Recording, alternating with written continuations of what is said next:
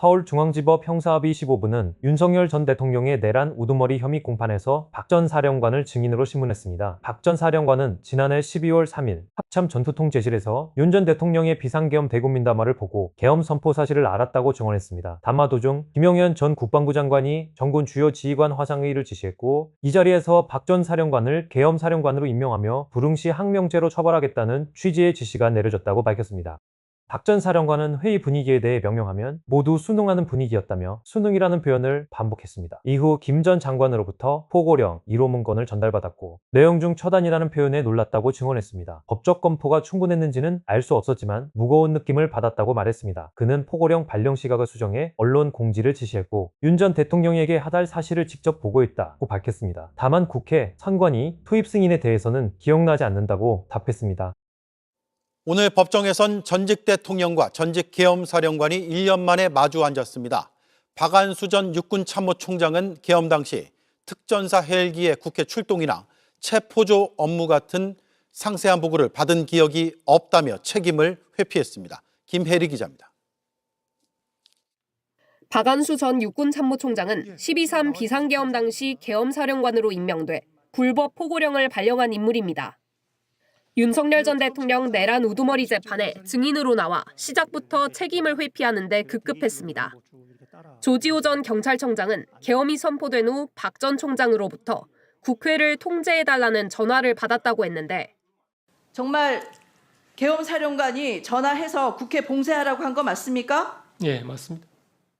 오늘 법정에서 자신은 그런 적 없다며 부인했습니다. 조지호 경찰청장 진술대로 국회를 차단해달라 이런 취지의 없었습니다. 말은 없었습니다. 그런 게 전혀 없었습니다. 수방사에선 계엄 당시 특전사 헬기의 국회 진입을 여러 번 보류했지만 육군본부가 승인한 거로 확인이 됐는데, 박 전 총장은 그런 상세한 보고를 받지 못했다고 했습니다. 위 헬기가 사실은 특전사 헬기였는데 특전사 헬기이고 국회로 향하고 있다는 사실은 모르셨다는 말씀. 그때 당시에는 전혀 몰랐습니다. 당시 김용현 국방부 장관이 전군을 지휘했던 만큼 본인은 잘 몰랐다는 겁니다. TV를 통해 국회 상황을 보기는 했지만 정확히는 몰랐다고도 했습니다. 계엄 당시 특전사, 수방사, 방첩사 사령관들과 수차례 통화를 주고받은 내용에 대해서도 모르쇠로 일관했습니다. 사령관이 저에게 어떤 보고를 했는지 모르겠지만 네. 어떤 뭐라고 말씀들을 하셨는데 저 그거 모르겠습니다, 솔직히. 이에 특검은 증인은 그 누구보다 군이 돌아가는 상황을 잘 알고 계시는 분이라며 당시 군이 국회에 가는 이유를 몰랐다는 건 이해가 안 된다고 꼬집었습니다. JTBC 김혜리입니다. 대통령에게 직접적으로 저는 계엄에 반대한다 이런 얘기를 한 분을 보셨어요? 저는 어떤 국무위원이 대통령에게 어떤 워딩으로 반대의 뜻을 표한지도 기억이 잘 나지 않고. 그러니까 명시적으로 반대한다는 말을 하신 적을 본 적이 없죠. 대통령이 없을 때 좀 말려주세요, 뭐 걱정과 우려, 뭐 이렇게 신중, 뭐 이런 표현을 하신 분들은 있어도 대통령에게 직접적으로 반대합니다라는 표현 하신 분 보셨어요? 글쎄요, 못 보셨죠? 예, 떠올라지진 않는데 그러나 분위기 상으로는 다 대통령을 만류하는 그런 분위기였죠. 뭐 신중하자는 취지 정도였다고 저는 이해하는 것 같아요. 그런 죄송합니다. 특검보님 지금 전재한 진술 중에 조태열 장관과 기재부 장관이 찬성했다고 하는 근거는 혹시 좀 어디 있는지? 반대했다고 죄송합니다. 반대했다는 근거는 어디 있다고? 어디 있는지 좀 밝혀주시면 고맙겠습니다. 이건 그렇게 물어보실 건 아니고요. 혹시 조태열 장관이나 최상목 부총리가 대통령에게 그 자리에서 본인이 목격하신 것 중에 저는 조태열 외교부 장관이 바로 제 앞에 앉아 있었는데 그때 조태열 장관이 계엄에 반대한다는 얘기를 한 걸 들은 기억은 좀 납니다. 그건 기억이 나세요? 예, 조태열 외교부 장관. 예. 그리고 그 외에 혹시 반대 뜻을 명시적으로 대통령에게 얘기했던 사람 중에 기억나시는? 아니 조태열 장관 대통령한테 얘기한 건 제가 못 봤고 혼잣말로 하는 걸 제가 앞에서 들었다는 말씀을 드리는 겁니다. 알겠습니다. 그렇게 확인하시면 되죠? 네. 최상목 장관이 혹시 대통령 앞에서 반대라는 단어를 쓰신 거는 기억하신 게 있으신가요? 저는 잘 기억이 안 나는 거. 네. 알겠습니다. 비서실장 하셨으니까 잘 아실 텐데 국무회의 특히 이런 비상계엄 선포권은 국무위원들이 심의를 하는 권한만 있고 찬성을 하거나 반대하거나 투표하거나 의결을 하는 그렇습니다. 명확한 의결을 하는 것은 아니기 때문에 기구가 아니기 때문에 우려하고 걱정하고 또 할 수는 있지만 반대합니다라는 표현 자체도 국무위원들이 하는 것은 되게 그 상황에 맞지는 않거든요. 왜냐하면 반대한다고 해가지고 국무회의가 무슨 국무위원들의 찬성 반대 의사를 묻는 자리가 아닙니다. 네, 그렇죠. 다 물어보셨네. 있습니다. 저 그때 장관 국무위원들 중에 나는 계엄에 찬성한다 그렇게 얘기한 사람이 있었습니까? 제가 직접 확인한 것은 김영현 장관입니다. 김영현 장관이 제가 대통령하고 집무실에 있을 때 들어왔어요. 좀 전에 제가 말씀드린 대로 제가 김영현 장관한테 지금 뭐 하자는 겁니까? 역사에 어떻게 책임지려고 합니까? 라고 좀 언성을 높였는데 해야지요 라고 저한테 얘기를 하고 들어갔기 때문에 그 해야지요라는 의미는 계엄을 해야지요라는 뜻으로 전 이해를 했고 그런 점에서 명시적으로 계엄을 해야지요, 계엄에 찬성한다는 것을 명시적으로 입 밖으로 밝힌 국무위원은 김영현 장관 혼자라고 저는 생각을 합니다. 네.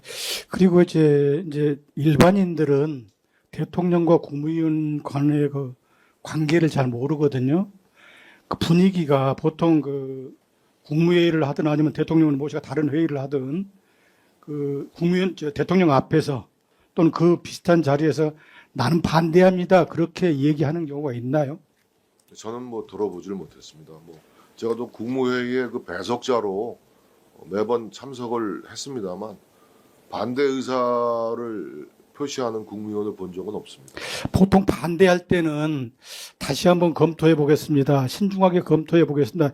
이런 식으로 우회적으로 그 반대 의사를 표시하지 않나요?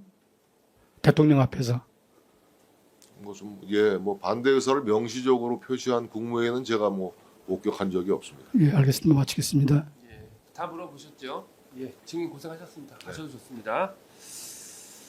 자, 그러면 예정된 증인 신문은 마치고요.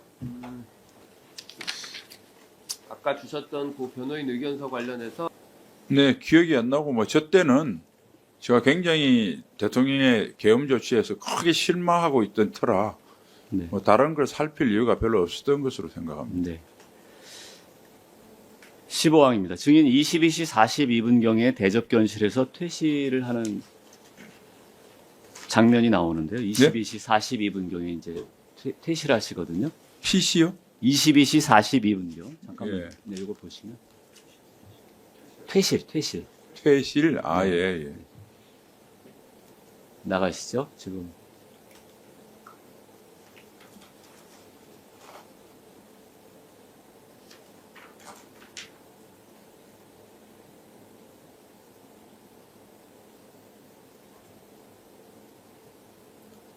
네. 저 때 대통령께서 어떤 이야기를 했는지 혹시 기억은 나시나요? 기억나지 않습니다. 당시 대통령이 피고인에게 단전단수 등을 언급하거나 어떤 다른 지시를 하는 것을 보거나 기억나는 게 있는가요? 없습니다. 그 다음 22시 52분 24초경 보겠습니다. 이 장면은 이제 그 대접견실에서 증인이 피고인과 한덕수 총리가 이렇게 마주 앉아 있고 있는 상황에서 증인이 이제 들어오셔가지고 한 2분 딱 2분 정확히 2분 가까이 계시다가 퇴실을 하시거든요.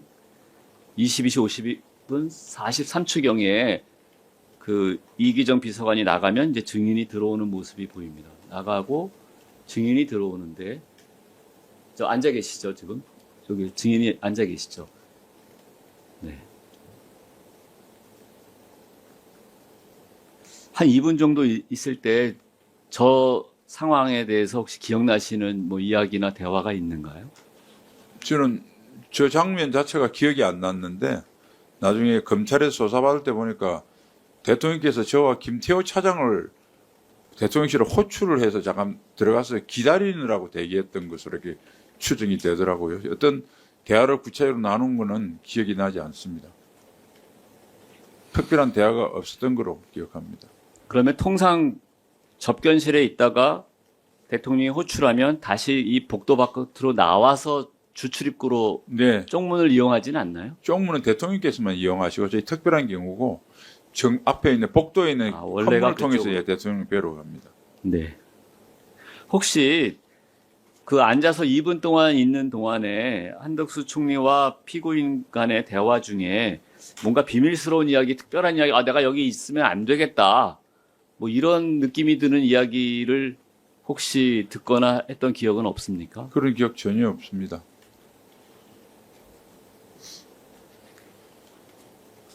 저는 19금 뭐 물어볼 필요가 없는 것 같아서 안 물어보고 다른 변호인들은 주신문은 다 하신 건가요?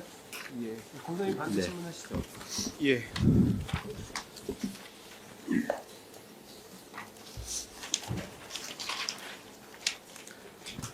예, 실장님 내란 특검의 정기훈 검사라고 합니다. 제가 실장님께 증인이라고 호칭하고 몇 가지만 여쭤보겠습니다. 네. 저희 쪽 준비된 신문 사항에 앞서서 저희 쪽 준비된 신문 사항 1항, 2항, 3항, 4항까지 모두 생략하고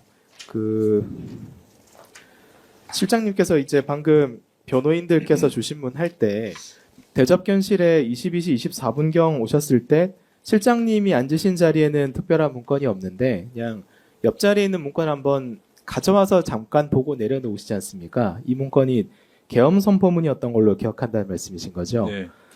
실장님께서 그러면 대통령 집무실에 잠깐 계실 때, 그러니까 이제 도착하셔가지고 대통령 집무실 가셔서 대접견실 나오기 전에 약 한 11분 정도 14분 정도 대접견실 집무실 계신 것 같은데, 그 대통령 집무실에 계시면서는 혹시 탁자 위에 문건 같은 거 본 기억 혹시 있으십니까? 대통령 집무실에서는 문서를 본 기억이 없습니다.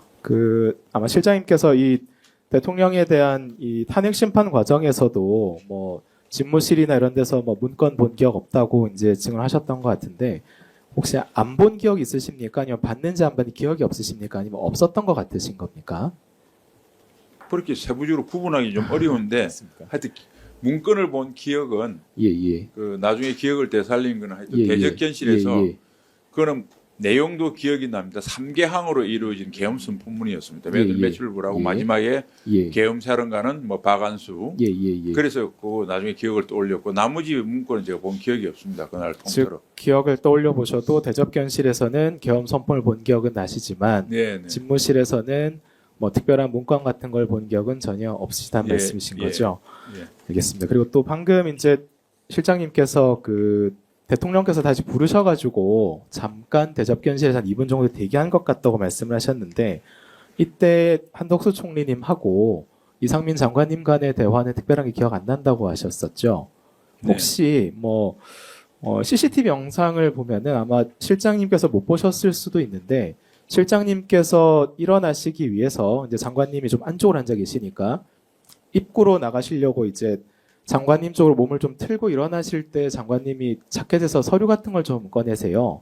제가요? 아니요, 장관님께서요. 예. 그런 장면을 보고 난 기억은 기억나시는 건 전혀 없으시죠? 예, 기억 없습니다. 예. 그러면 혹시 대접견실에서 그 총리님하고 피고인 이상민 장관님 간의 대화 말고 실장님께서 총리님이나 이상민 장관과 뭐 대화 나눈 특별한 기억 혹시 있으십니까? 뭐 대화 내용은 전혀 기억이 안 나고 예. 뭐 그날 걱정하는 분위기 이런 것들은 혹시 했을 가능성도 있겠다는 생각을 하고 있습니다. 예.